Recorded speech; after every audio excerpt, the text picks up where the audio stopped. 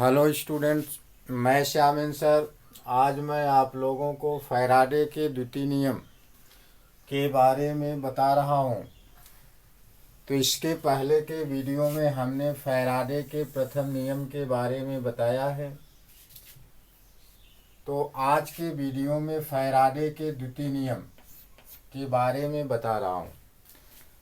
तो फैराडे का द्वितीय नियम क्या है? यदि अलग अलग वैद्युत अपघट्य है, मान लीजिए एक वैद्युत अपघट्य सल्फ्यूरिक अम्ल का है और दूसरा वैद्युत अपघट्य कॉपर सल्फेट का है। अलग अलग वैद्युत अपघट्य है तो इसमें दो इलेक्ट्रोड लगे हुए हैं।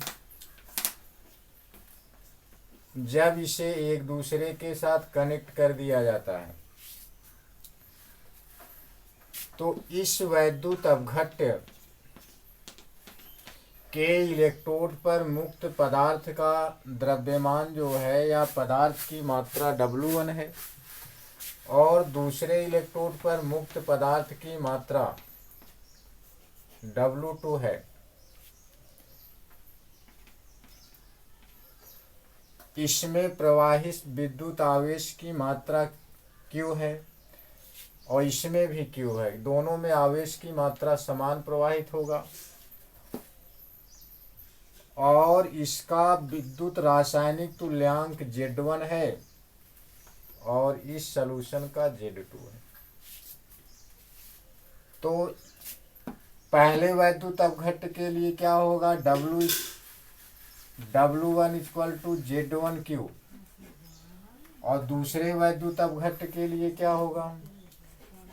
W2 इक्वल टू Z2Q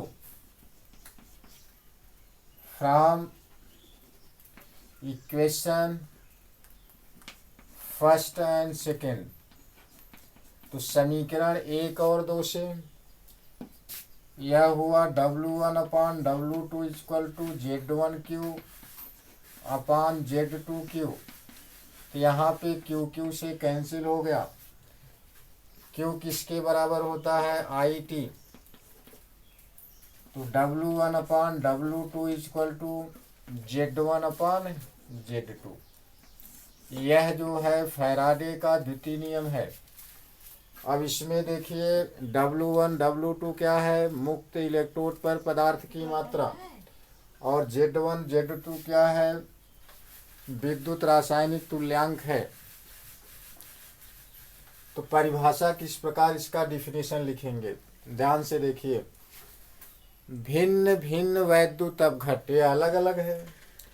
भिन्न भिन्न वैद्युत अपघट्यों में समान प्रबलता की धारा अर्थात Q का मान समान है। समान प्रबलता की धारा समान समय के लिए तो Q इक्वल टू IT हुआ, इसमें भी Q इक्वल टू IT हुआ।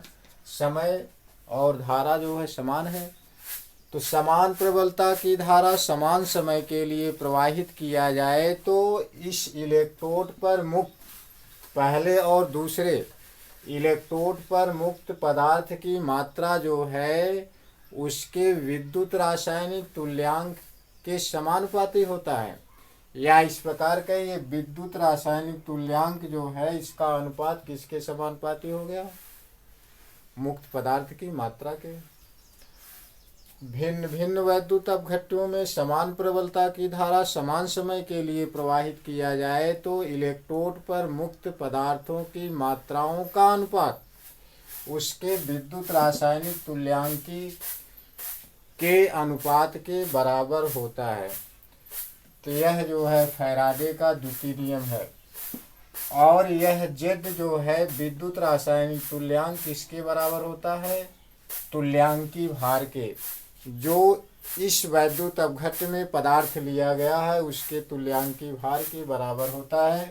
तो इस समीकरण को हम इस प्रकार लिख देंगे W1 upon W2 equal to E1 upon E2। E1 E2 क्या है? वैद्युत अपघट्य का तुल्यांकी भार है। Z1 अपान Z2 क्या है? इस वैद्युत अपघट्य का विद्युत रासायनिक तुल्यांक है। तो आज के वीडियो में बस इतना ही। अगले वीडियो में अगले टॉपिक के बारे में चर्चा करेंगे।